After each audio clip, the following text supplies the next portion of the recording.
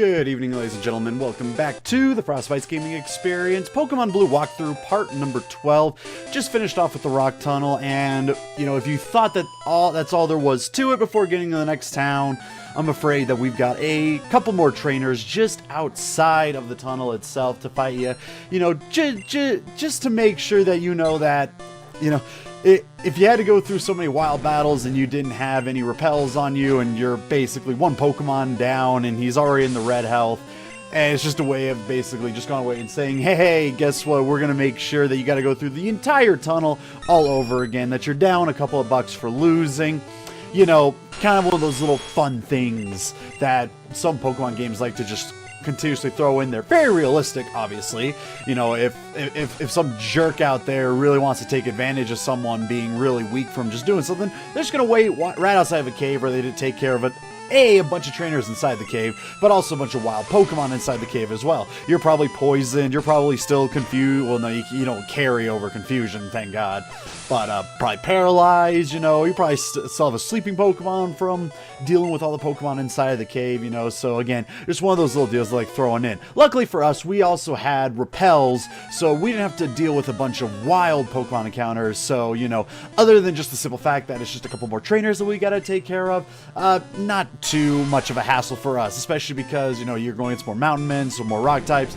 Gyarados could take care of it, no problem. Easy come, easy go. And it's especially interesting because, yes, we are going into the next town of Lavender City, but we're not staying too long because you can go into essentially the Pokemon Cemetery if you so choose at this point, take care of the trainers in there, as well as, of course, another rival battle coming up. You can go ahead and take care of that right now if you so wish, but once you're done with the trainers, there's a certain portion of it that you cannot go on until you have something known as the Sylph Scope. And obviously if you don't have that, you got to go out of your way to try and find out where it is and how to acquire it. We take care of that first, though. Because we want to take care of the Pokemon Cemetery in one round, obviously, instead of going through it, going back and having to walk all the way through it once again. I figured let's just tackle it in one go. So, you know, instead we don't stay in Lavender Town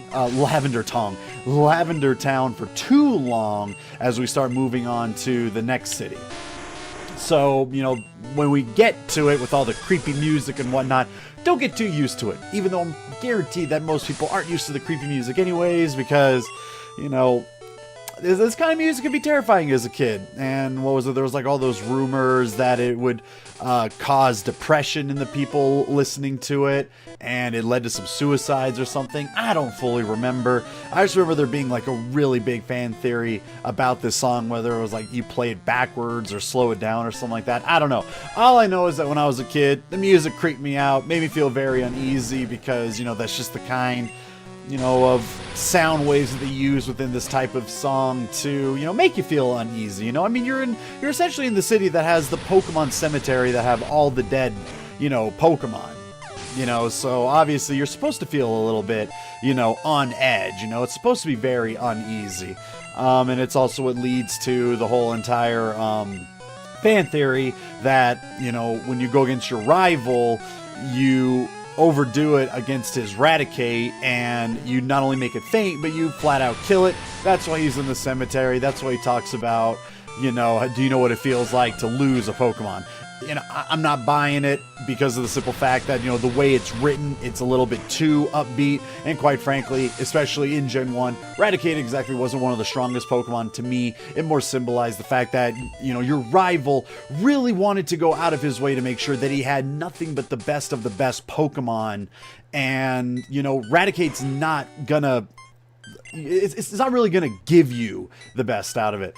I think from here on out, I generally, whenever I go into a Pokemon Center, I go on my way to go to the mart, sell some stuff that I have, restock on stuff that I need, and so in between, you know, basically when I go inside a Pokemon Center, it's not all that I'm doing, but again, I like to try and condense it because you guys don't need to see every single little thing that I do because it just isn't very effective in the walkthrough. So basically, there's going to be a lot of times you're going to see me when I go into a Pokemon Center and walk out, my item inventory is going to look very different compared to what you would think it would be because all the items I got, I either sold it or put it away in the PC for use on a, later on down the road.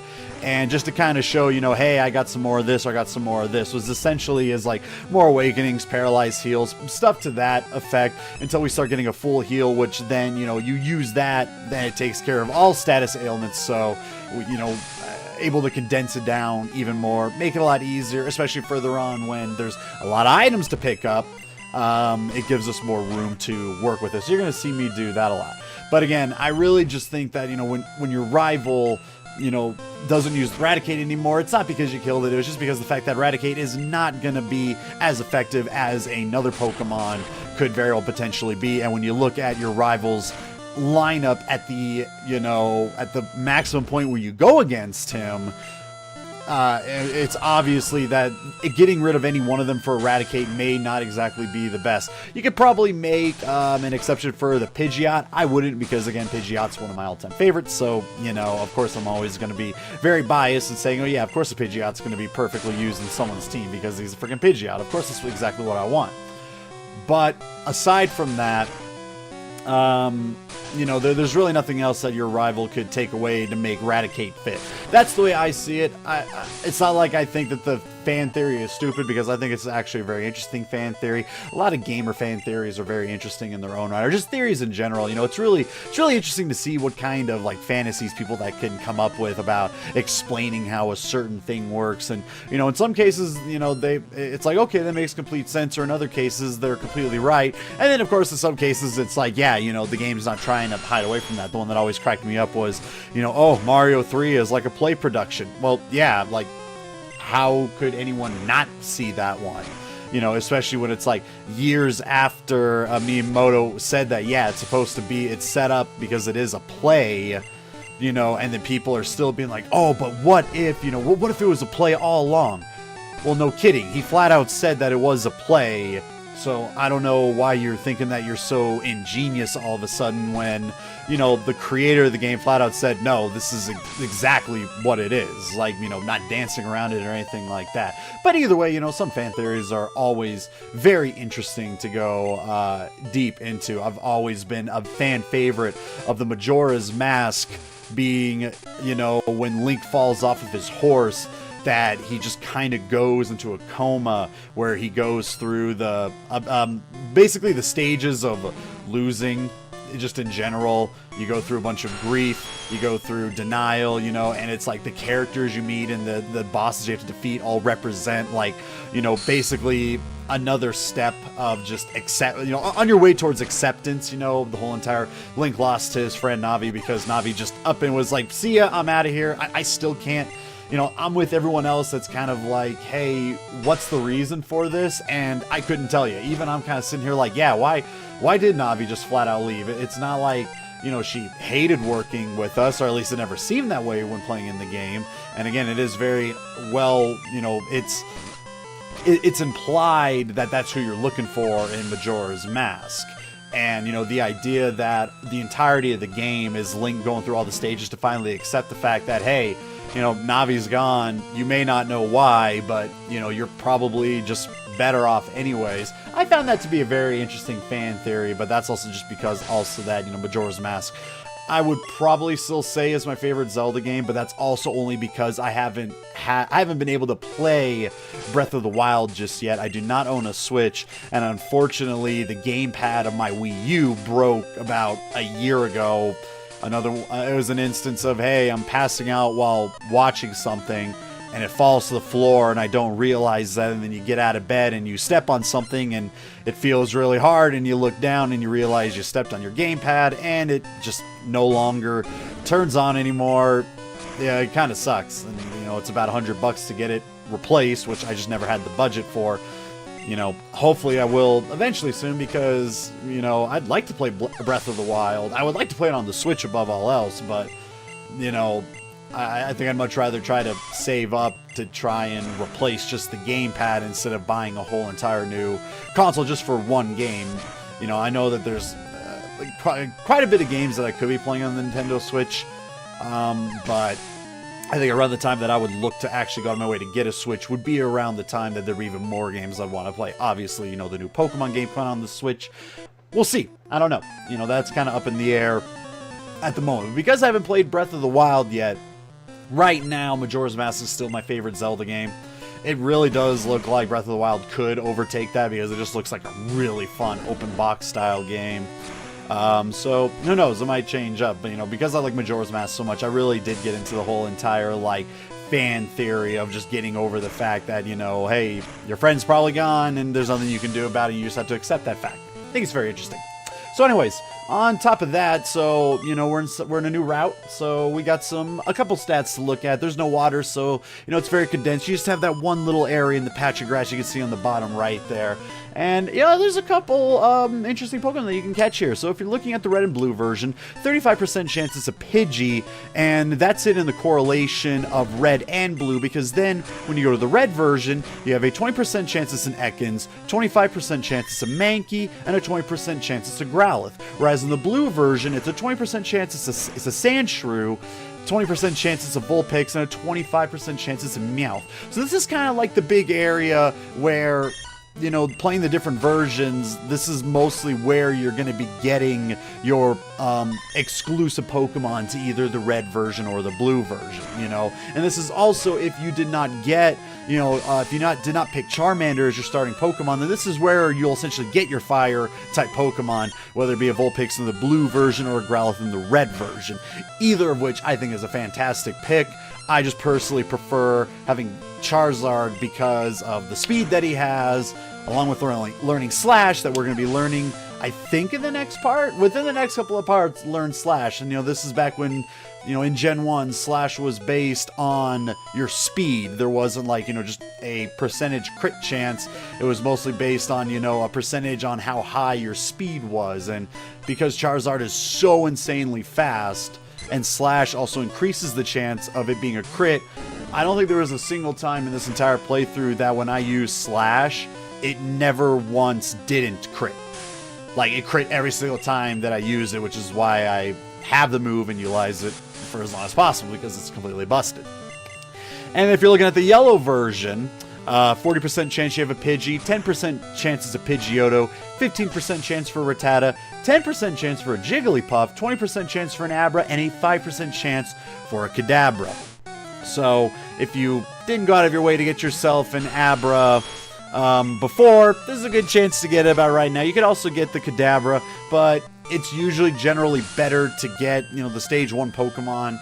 Well, the base set. I mean, I shouldn't say... to me, Stage 1 means, you know, the very, very bottom. But I know in Pokemon, you know, that's base or basic or whatever it is that they call it, mostly through the card game. And that Stage 1 is like the first evolution. To me, Stage 1 was always, hey, where'd you start with it? Like, it's number 1. This is where you're at, then Stage 2, Stage 3. That's just kind of like a me thing. But, you know, it's always best to, you know, start at the bottom, work your way up, because you actually get more stats out of it.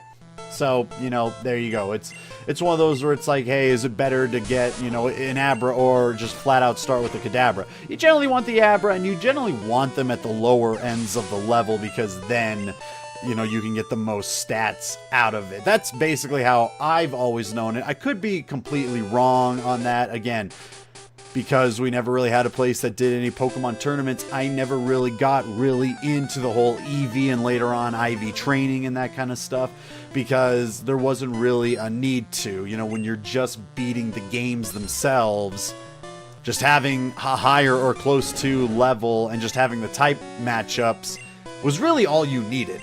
You know, you didn't really have to go too far out of your way to make sure that, you know, you could beat an opponent's Pokemon. You know, unless you were doing some of the special challenges.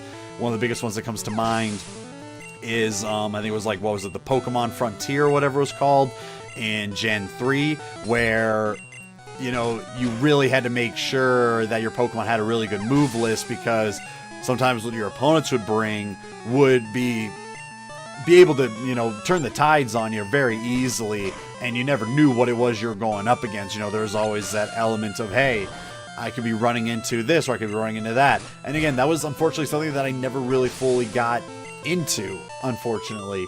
So, you know, when it comes to like the hardcore competition side of Pokemon, I couldn't tell you what's better compared to one or the other, because to me it was just, hey, make sure you're at a high enough level, have a really good move list, and just make sure that your type matchups make sense, and you know, if they don't, then hope for just a little bit of luck, I guess. That was kind of about it. You know, always kind of sad that that was something that I missed out on. You know, what can you do? Maybe when, you know, the Switch Pokemon game comes out and they have more, you know, Wi-Fi ability for it, then I can do that. Because the other weird thing was when I did get my Nintendo DS, in order to play Heart Gold and Soul Silver, I kept trying to do like Wi-Fi battles, but they never worked for me. Now, granted, where I live, we don't exactly have the greatest internet in the world, so I'm pretty sure that has a lot to do with it. And I think it's like also because you have to like set up like the Nintendo DS differently than you kind of do with everything else. It was really weird. I could get almost everything else connected wirely or wirelessly, generally without a problem, but for whatever reason, the Nintendo DS always gave me such a huge issue when trying to connect with the internet. I don't know exactly why that was. You know, at that time, at that age, I wasn't exactly as much of a tech head, so I couldn't really tell you exactly what was wrong with it. All I know is that I couldn't do it. It made me sad because it's like, hey, I could finally do Wi-Fi battles against other people and figure out what makes it so cool, and, you know, never really got a chance to do that. So very upsetting, but, you know, hopefully with the Switch that'll be able to change a little bit. I'd be very vastly behind because, again, I didn't play Gen 6, I didn't play Gen 7, so, you know, I'd be coming in like, I don't know what to do. Didn't play XY, didn't play Sun and Moon, didn't play Ultra Sun and Ultra Moon, just kind of, you know, did the earlier generation stuff, and that was it. So I'd be very far behind, but hey, you know, could be fun either way. I'm not exactly sure, but that's going to do it for this part, ladies and gentlemen. I do hope you enjoyed the rest of your evenings, and we'll catch you guys on the next part.